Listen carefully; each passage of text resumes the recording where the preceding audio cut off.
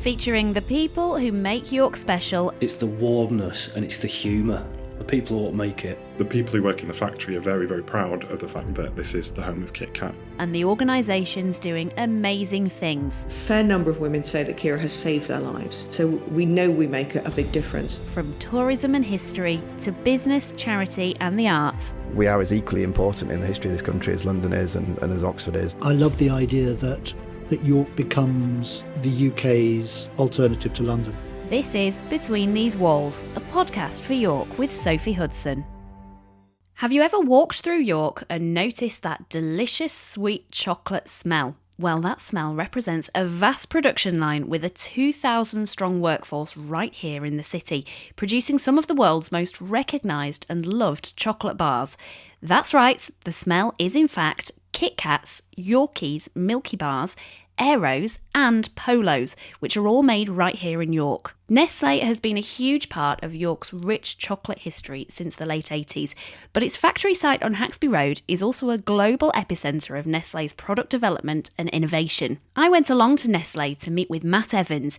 He's the head of media relations and corporate digital for Nestlé UK and Ireland. We had a chat all about what goes on there and what it's like to work at such a well-known global brand. It's different every single day. So I think that Nestle probably got a bit of a reputation for being a big corporate, well, it is a big corporate company, but I think people probably have a perception that working for a big global corporate company comes with slightly mundane, boring jobs. But actually, if you look around the 2,000 people that you mentioned, the interesting jobs never end. You know, the things that people are doing on this site range from driving lorries to dealing with the media like myself, to making KitKats, to inventing the next chocolate bar that we're going to launch. So there's a real range of things that people here can be doing. And it does feel like there's a lot of exciting pockets within the organisation. So it never feels boring, that's for sure. No, absolutely. I mean, the first thing that struck me when I walked through the door was you've got a Starbucks in reception. Yes. So, I mean, it's obviously set up as a great place to work. Yes, it is. We've had this building refurbished. £9 million was spent on it to refurbish it a couple of years ago. So it was first opened in 1964. The offices themselves looked like they'd been opened in 1964, to be honest with you, pre-pandemic.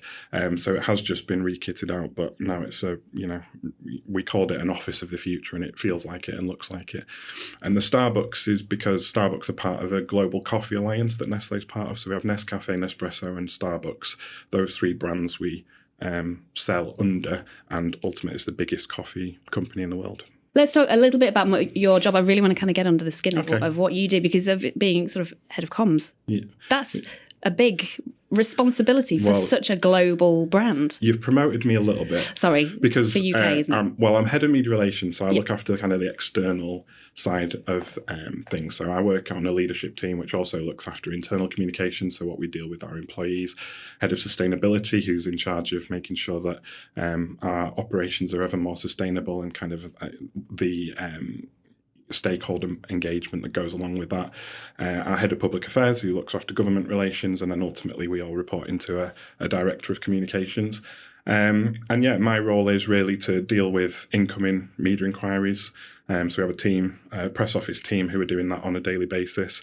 We look after our website, so if people go on nestle.co.uk, they'll be reading things that have been put there by our team here in York. And it's a job that, as I say, does change every single day, and the things that people are interested in changes on a hourly basis. So 1 minute we can be dealing with something about the new quality street, and the next minute we'll be dealing with sourcing of an ingredient in Africa. So it's very varied. Yeah. Are you quite proud working here? I would be, working for such a globally recognised name. I'm very proud to work here, and I have to be. In my job, I don't think it would be possible to do my job without being proud. And also, I'm very lucky in my job because I get sight of lots of different things. So if you're working in certain parts of the business, you probably only see a slight segment of what goes on. But honestly, as I say, from day to day, I could be dealing with lots of different things. So I do get a sense of everything that Nestlé UK and Ireland is doing, and the scale of that, and the intent of that, the way that people go about doing what they want to do, and delivering in the best possible way. I see that on a regular basis, so that's where the pride comes from. Let's talk about Nestlé in York then. I know, most people surely know that Nestlé's here, but what actually goes on behind the gates here? Well, do they know Nestlé's here? So this is a question for you, because we do get occasional comments. We see them from famous people, from local people saying, oh, it was a shame. We used to have lots of chocolate manufacturing in York. It's a shame that we don't make KitKats in York anymore. It's a shame that Nestlé Rowntree's isn't there anymore. So I'm not at all sure whether people are actually aware that Nestlé's still here or the scale of what we do on this site. So I don't know what your sense of that is. I'd say I drive past here a lot, so I knew, and you see the sign for Nestlé, but never really given a thought as to what goes on here. You kind of think, oh, Nestlé, chocolate, York. Yes. It all makes sense. But what goes on here? So we have a office building which we're in at the moment, which has got around about 1,000 people in. So around half of the people who work on the site are in this office building. And that's lots of different functions. So there's people working in HR, there's people working in supply chain, there's people working in finance. There's obviously my team in the communications side of things. So there's lots of different functional parts of the business here. All of our UK confectionery business is here. So people who are dealing with all of the confectionery products that you see on shelves in supermarkets, the marketing teams, the finance teams within confectionery, they're all here as well. So that's what makes up the office part of the operation. Then we've got a factory, and the factory makes KitKat, Yorkie, Milky Bar, Polo, Aero, so lots of the big brands that you'll be familiar with. And that's basically a 24/7 operation on the back of the site, not as visible from the road. So maybe, again, people aren't quite aware of that, although they might smell it. Yeah. And then we've got a R&D centre, which we call the PTC, Product Technology Centre, and that is a global R&D centre for confectionery. So they will come up with whatever the latest innovation is within confectionery. So it could be the product itself, it could be an ingredient in the product, it could be the packaging for the product, and they're working, every day to try and come up with whatever the next thing's going to be, and that's global. So we could launch something in the Far East, we could launch something in South America. More often than not, that will have been developed and invented here in York. It's amazing, really, and I think, I take it for granted. Whenever I eat a KitKat, I never really associate it with York. But I suppose that's not what it's there for, is it? It's a global brand. People aren't going to associate it with York. But they should, because it's the home of KitKat, and the people who work in the factory are very, very proud of the fact that this is the home of KitKat. It's where it was invented. It was where it was first made, and it's gone global. It's one of the truly global brands. It's our biggest confectionery brand. So people in York really should feel proud of KitKat. And when they're eating them, feel like they can associate with it. Yeah, that there is a connection there. Yeah. What about the scale of production? Let's get more of a sense of that. Am I right in thinking that there is something like 1 million KitKats made every day here? It's a bit more than that. Is it more? So wow. Up to 6 million a day made here. And you wouldn't think that there was enough of them eaten for that to be the case, but it is. It's very, very popular biscuit, chocolate bar, and it's huge, the scale of it. Yeah, and that's the smell. It is the smell. So there's probably 3 main smells that you can pick up if you come past our site. One is that chocolate smell, and that will be the chocolate that we use in any of the products because it's all made on site here. So before it's made, obviously, before we actually make the product, the chocolate is made in a place which we called Elect Cocoa. And then that is sent to wherever it's needed on the production line for whatever product it is that we're making. So you'll definitely smell a chocolatey cocoa smell. The other thing that you might smell is mint, because that comes from the Polo factory. And when the mint smell merges with the chocolate smell, people think, oh, that must be mint Aero, but actually it's just the Polo and the chocolate factory kind of merging in the air. And then the other smell that you will sometimes get is the wafer that goes into KitKat, which kind of smells like toast. Like if you were going to a breakfast buffet in a hotel and you get that smell of toast, it very much smells like that. It always makes me hungry if I park up in the morning and I can smell that smell. So those are the 3 things that you probably get in the aromas in the air. Yeah, the sort of sweet chocolate smell, that carries on the wind. I was walking past the Minster the other day and could smell it, and there was a few people taking photos going, what's that smell? Which is, it goes back to being quite amazing to me that there's people who don't realise that there is such a big chocolate factory in the city when, as you say, it can carry to the Minster and beyond. But there's worse smells that factories can throw out there, so it doesn't cause us too many problems. Yeah, no, it's a lovely reminder, I think, whenever I smell it. Yeah. It's a really nice reminder of what's here. So do you have any interesting or surprising facts that you can share with us? One of the favourite ones that often comes out relates to the Polo factory, where the mints are kind of pressed into the shape that you'll be familiar with. Yeah. And it takes the weight of 2 female elephants to press the mint into that shape and to get it into that kind of structure.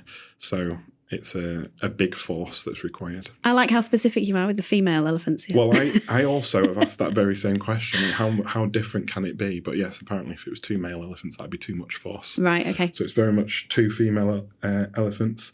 I've talked a little bit about KitKat, and I was making 6 million of those a day, but we've also got 32 million Polos.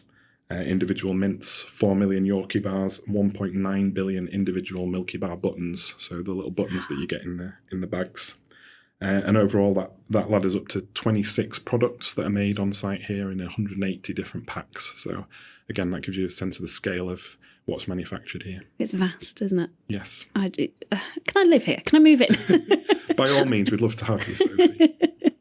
Let's talk about the Product Technology Centre. I want to know more about this because I actually drove up to that gate and that was the wrong gate. You have a few gates. You're not the first person to do that, and you won't be the last.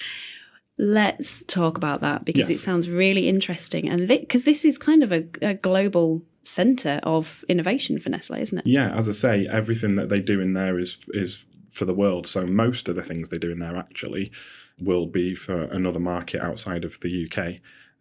There's around the people who work in there, I think there's around 200 people working there and 70 different nationalities.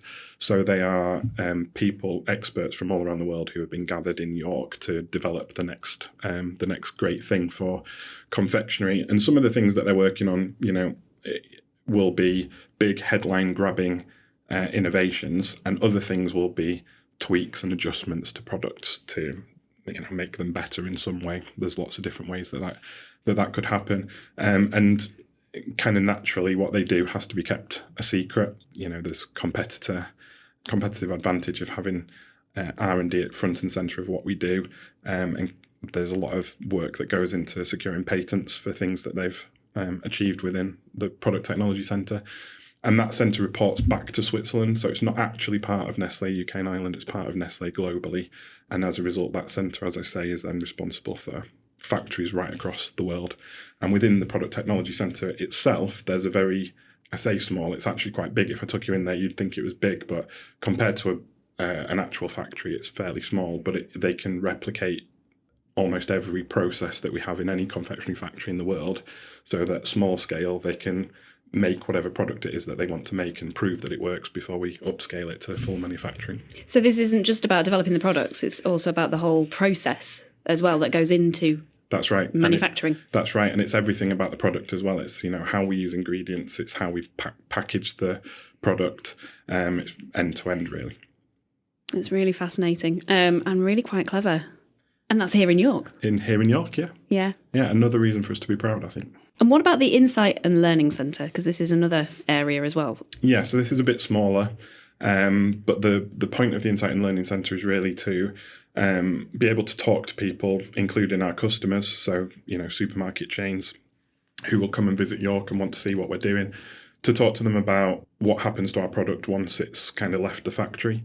So within there, there's a small mock-up of a supermarket. In fact, there's 2. There's one which is kind of your convenience style corner supermarket, and then there's one that's the bigger scale supermarket. And within there, we can kind of show people how our products might look on the shelf against competitive products. So the supermarket is actually kitted out as you would expect a normal supermarket. It's not just Nestlé products in there.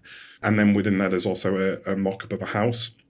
So you can even go as far as to show people how products are used in a living room, in a kitchen, and really kind of show people what they look like in people's real lives. So you mentioned that, there's a few secrets that go on behind these walls here that you probably can't talk about. There probably are, and there's probably things that are secret from me as well. Yeah. So it's such a big company.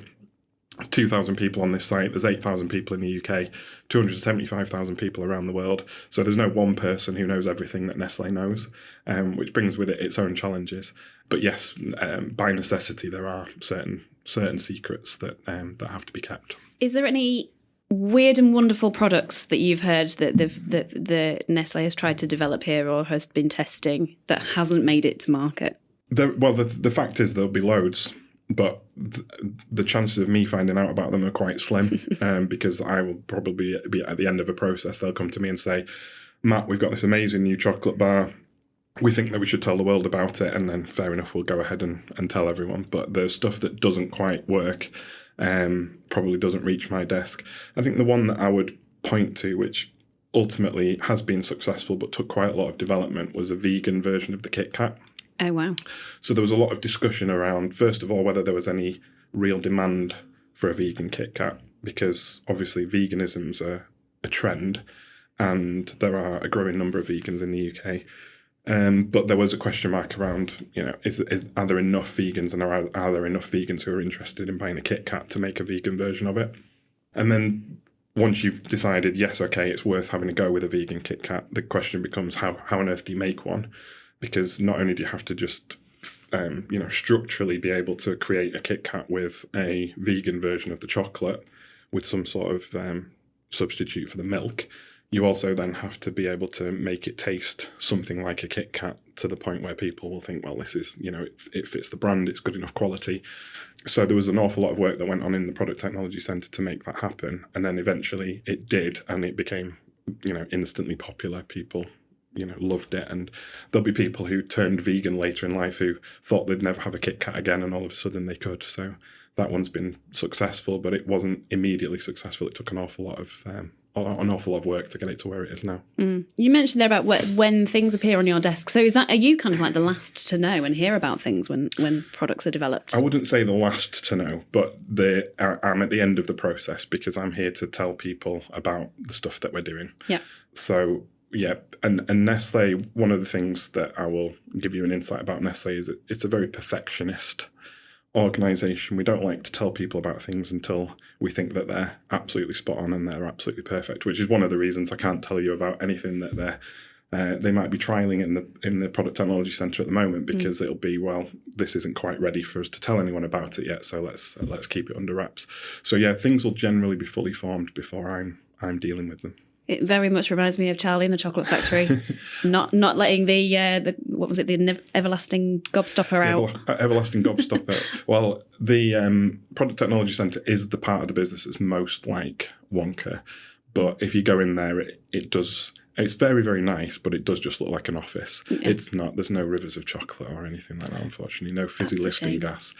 But we do think that Charlie in the Chocolate Factory was inspired by a visit that Roald Dahl had to York, and kind of saw Rowntree's and how it was operating, and Rowntree's and the other confectionery manufacturers in the UK. So yeah, I don't think we're far away from it. And that sort of takes me into my next question, really, about the heritage of the heritage of chocolate in York. There is a long history, and it's kind of what made York, other than the Vikings, but yes, they're less important than the chocolate history, surely. Well, the chocolate's a little bit less violent,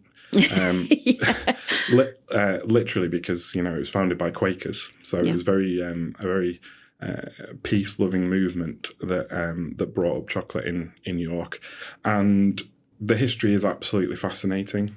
I was aware of some of it because I've lived in Yorkshire all my life, but until I came to Nestlé, I didn't really understand the full true scope of how chocolate grew up in this city. And we have a really a huge connection with the past in York. I mean, it's coming up. We're not far off 2 centuries worth of Rowntree's and chocolate production around this site now, and some of the things that have been developed in that time, I can't imagine a world without them. In the 1930s, for example, it was called the golden age of confectionery. And in that time, we've got KitKat, Aero, Smarties, Milky Bar, Black Magic, Rolo, Dairy Box. All of that was invented in the 1930s. There was a marketing director here called George Harris who's responsible for a lot of that. And all of those brands have stood the test of time. All of them are still around today. And there's, I can't think of many that we've added to the portfolio in the years since, in the century since, that have kind of had the longevity that they've had. Yeah, it's fascinating. And again, it makes you very proud of York and the history. And people really care about it because, again, in my job, we see it a lot that we make any change to these products. You stop making a product, for example, you change the flavour of a product, you change the recipe of a product, you change the packaging of a product. People really care. We get lots and lots of contacts from people on social media. The media want to hear about it because they know they're going to get clicks on the story. And confectionery just seems to be a very emotive topic for people in the UK. And I think Nestle, we're in York and we're talking about the chocolate side of things because that's what's really here. But Nestle is way more than a chocolate company, but people really associate Nestle with chocolate because those brands are so prominent in people's minds. Yeah. No, I mean, you mentioned there, people don't like change, do they? No. And I mean, I think everybody has been in an argument or a debate about, are KitKats getting smaller? Yes. Yes. That's the question I'm putting to you now. Are they getting smaller? Have they got smaller? I have to say that KitKats are not getting smaller. No. Okay, yeah. But, you see this all the time in the sort of confectionery world and, like you say, on social media, people love to be involved in these debates Yes. and any change. So that must make your job quite difficult then, does it? Is it quite a challenge to, if something does need to change? I think it depends which way you look at it because what's really difficult is if you're responsible for a company, product, brands that no one cares about. That's really difficult if that ends up being your job. So we come from a starting point where people really want to know what's going on with KitKat. They really want to know what's going on with Milky Bar. They really, really want to know what's going on with Quality Street, by the way, especially at this time of year. Yeah. And that change is the best example that I can give you on that recently is that we changed the wrappers on Quality Street to paper wrappers. It was a sustainability initiative to make them recyclable. Obviously, one of the key things about Quality Street is having these really shiny wrappers and sweets that were originally designed to look like jewels within the tin. Yeah. And it was a big deal for us to make that change, but we felt we had to from the sustainability point of view. And a lot of work went into trying making them look quite as nice as they possibly could. But you have to admit they don't look the same as they did before. And we've had endless amounts of people who have been upset about that. But once they understand the reason behind the change, they do tend to be a little bit more accepting of what we're doing. At the end of the day, it's chocolate, and we love the chocolate. Yes, that's the other thing that I should say, that as the attention that people have, even if they're negative about a change, it's not the end of the world. It's these things are first world problems, as they say, and actually, I think that as long as the chocolate's there for people to enjoy, that's what matters at the end of the day. Between These Walls is a podcast just for York. We want to keep it growing and provide more local content that you want to hear. So there are 3 ways you can help. Firstly, I'm on the lookout for local sponsors. If you're from a York business and want to promote on this podcast, drop us an email to btw@soapyproductions.co.uk. That's btw@soapy, SOAPY, productions.co.uk. Secondly, if you know someone who should be featured on Between These Walls, let me know. I'm looking for the people who make York special. That's anyone from an interesting business or with an unusual story, perhaps a charity doing amazing things, or someone working hard under the radar to make York better. Let me know who I need to talk to. Just email btw@soapyproductions.co.uk. And finally, you can help this podcast grow right now by subscribing. Wherever you're listening, just hit the subscribe button and that helps us out massively. Also, follow us on Instagram and LinkedIn if you just search for Between These Walls York. Thank you. Now back to the conversation. Let's talk about Nestlé's place in York in terms of employment then. So we mentioned earlier in the podcast that there's around 2,000 people that work here from York and surrounding areas.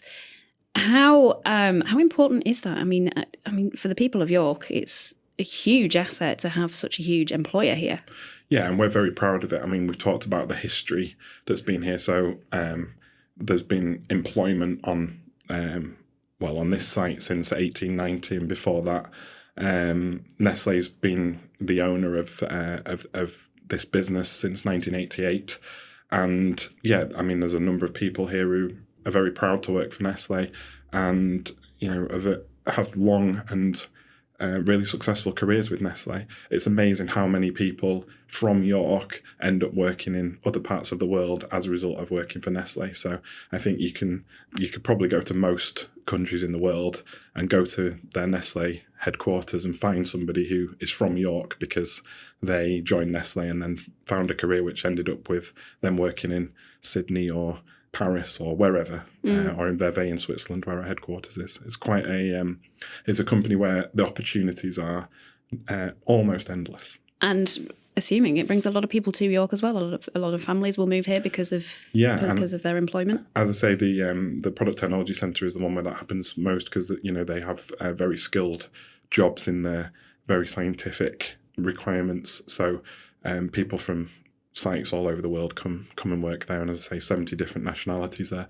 There's also a big part of Nestle which is devoted to upskilling the next generation of people. So we have 80 plus apprentices on site here who are learning jobs. I've got a couple in my team who are learning the trade of communications. We've got people in the factory who are going to become engineers, and that's really important because there's lots of roles which are done by people who are coming to the end of their careers and they're going to retire. So we have to make sure that the skills are passed down and people can come in, step in and take the business forward. And that cohort of apprentices is it's one of the most inspiring things that I see on a day-to-day basis because they're enthusiastic people who come in every day to do the job to the very best of their ability and they're eager to learn. And I'm very proud of the fact that we can give those opportunities as well. It's amazing. And actually that number that we said 2,000 and then you've got 80 apprentices. I mean, that's quite astounding for such a small city actually. Yeah, I think so. As I say, we're proud of it, and those 80 apprentices I think are probably responsible for a big uptick in economics of the city as well because they like to go out on a night out. Good point. Yeah. Let's talk about the pandemic, the last few years. Not that I want to talk about the pandemic because it's been and gone, but yes. The last few years, and then obviously all this talk about the economy at the moment. Are you seeing, or is Nestle seeing, a change in trends in the way that people are buying confectionery or any of the products within the brands? I wouldn't necessarily say confectionery itself. I mean, there were certain changes during the pandemic which we observed. So what we call singles, which is what you'd think of as just a bar of chocolate, your normal single bar of chocolate. The place where they're often most sold is at a petrol forecourt. So during the pandemic, during lockdown, sales there dropped because people weren't out and about, they weren't filling up their car, they weren't driving. But sales went up in other areas, for example, instant coffee, because people weren't going out and buying their drinks on the high street, they were having coffee at home. So from a total picture of Nestle's portfolio, there were ups and downs in terms of the pandemic. But I think a lot of things have returned to where they were pre-pandemic, or at least settled on a new normal since the end of the lockdowns. Do you see or sense any challenges coming up in the near future? Yeah, I can't think of anything in particular that would that we're anticipating, but there is an awful lot of work that goes on across the business to keep an eye on trends, an awful lot of insight work to understand what it is that consumers are thinking, what consumers are doing, and that then feeds into the innovation, the sort of things that the people in the Product Technology Centre are doing so that they can kind of think forward. An awful lot of the work that we do is on sustainability, because we know that we need to reduce our carbon emissions. It's a very important piece of work for the whole of Nestle globally, and there's an awful lot of people who are working on that and committed to doing that at the moment. On that note, I read somewhere, and it was an article from a couple of years ago, that you were working towards making the KitKat carbon neutral within the next few years. Yeah, these are all things that we're trying to do. So there's lots of work that goes on, and the supply chain to a KitKat is huge. One of the big drivers of emissions for Nestle is agriculture. So if you think about a KitKat, there's wheat in a KitKat, there's cocoa in a KitKat, there's milk in a KitKat. All of those are from different farms in different places all around the world. And actually producing those raw ingredients creates an awful lot of emissions in of itself. So what we have to do, because we don't own the farms, we don't employ the farmers that actually produce that. We have to work very closely with the farmers to be able to incentivize them and to help them to reduce emissions wherever possible when they're producing the ingredients for our products. So an awful lot of the work that we're doing is on regenerative agriculture and working on farming solutions, which actually end up not reducing emissions overall and helping us do that within our supply chain. When you see, let's say, a Nestle lorry Yeah. driving into York and they're delivering something here, obviously. Yes. Where does that come from? Where does a lot of the ingredients come from? I'm assuming from all around the world. Yes, there are quite a lot of, well, obviously we can't grow cocoa in the UK, although actually Rowntree's in York did grow cocoa in a hothouse in the 1930s. Really? A small but successful trial, and they made some chocolate out of that cocoa that was grown in the hothouse and sent it to the future Queen Elizabeth II. So she's the only person, we think, who's ever tasted chocolate grown in the UK, which is an interesting fact. So obviously the cocoa itself is imported. The milk comes from dairy farms in the UK. So we have a partnership with a company called First Milk, and they have farms in southern Scotland and in Cumbria who provide us with a lot of milk for products, including our chocolate and also for our coffee cappuccino style sachets that you will see in the supermarkets. But there's an awful lot of ingredients, obviously, that come to the factory in York, because this is where the cocoa is made. The chocolate is made from the cocoa, and that's ultimately what finds its way into the products that we eat. Fantastic. What's your favourite thing about working here? My favourite thing, it goes back to what I was talking about before, really, is the variety. So I have had jobs in the past where I've woken up and I know that every day is going to be the same. At Nestlé, I wake up and know that it's not going to be the same as it was yesterday. And I also don't know what it is going to be. It's very, very unpredictable. And that keeps things very interesting and allows me to go off in lots of different directions on a day-to-day basis, so I never get bored. I can't quite imagine the scale in terms of marketing. I'm a marketer, that's my background. Mm-hmm. I can't quite imagine the scale of the marketing, the research, understanding trends, and like you were talking about before, the sort of thinking ahead into the future. Yes. Must be huge for a company like Nestlé, and must be a really intricate sort of process. It is. There's long processes, and I think that if you asked some people what working at Nestlé is like, they would say it's very process driven. So by necessity, what we have to do is have very clear processes around everything that we do, so end to end, because it's on such a big scale. There's so many people involved. There's so many different processes that need to be done. They have to be managed in a very, very close way. And our factories in particular are so efficient that, they plan exactly how much they're going to need to produce. They buy in exactly the right amount of ingredients they need to produce. And then they run the production, to the point where we've got enough to ship to customers so that they can sell it to match the consumer demand, but also so we're not overproducing so that we've got loads of waste, because one of the key things that we want is as little waste as possible. And in fact, the factories are zero waste to landfill. So that's a very important thing. And just to sort of, as we come to the end of this episode, obviously this is a podcast all about York. You're here in York, although you don't live in York today. You live just outside York. I do. What is your favourite thing about York? My favourite thing about York is the history.